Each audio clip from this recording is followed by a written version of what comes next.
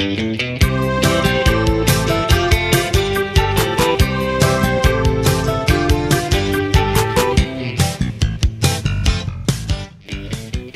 sa mga bagay po na tayo'y kumikita ay sa pamagitan po ng mga opportunity na dumarating sa buhay natin.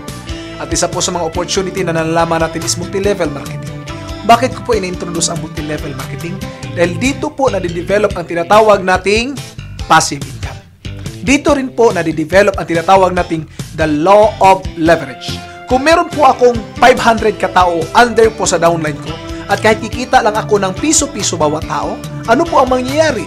Sa isang buwan o sa isang araw, kung ang bawat isa dun na 500 below na downline ko ay bibigyan ako ng piso-piso lang, sa isang araw, meron akong 500 na wala po akong ginagawa. Tama po ba?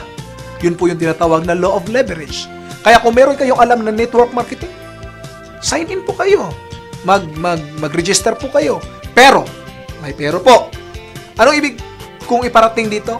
Huwag kayong mag-invest. Huwag niyong ubusin lahat ng pera niyo sa investment ng network marketing na hindi niyo alam kung ano o kung sino ang may-ari.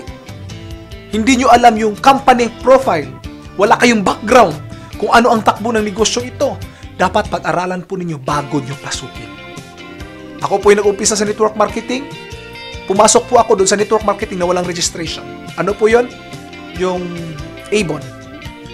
Yung Splash, personal collection, no? Mga negosyong hindi gaanong masakit sa bulsa pag mag-umpisa ka. Pero later po, sumasali po ako sa mga malalaking network industry.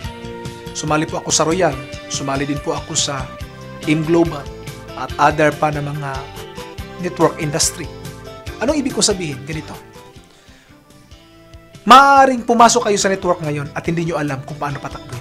Sabihin ko po sa inyo, kaya nyo po yan kung inyo pong pag-aralan. Opportunity na po na nandito kayo sa network industry. Nandito kayo sa network marketing, sa multi-level marketing. Bakit po? Dahil dito po, pwede kayo magkaroon ng negosyo kahit maliit lang ang inyo. Ito po ay opportunity para sa inyo. Maraming salamat.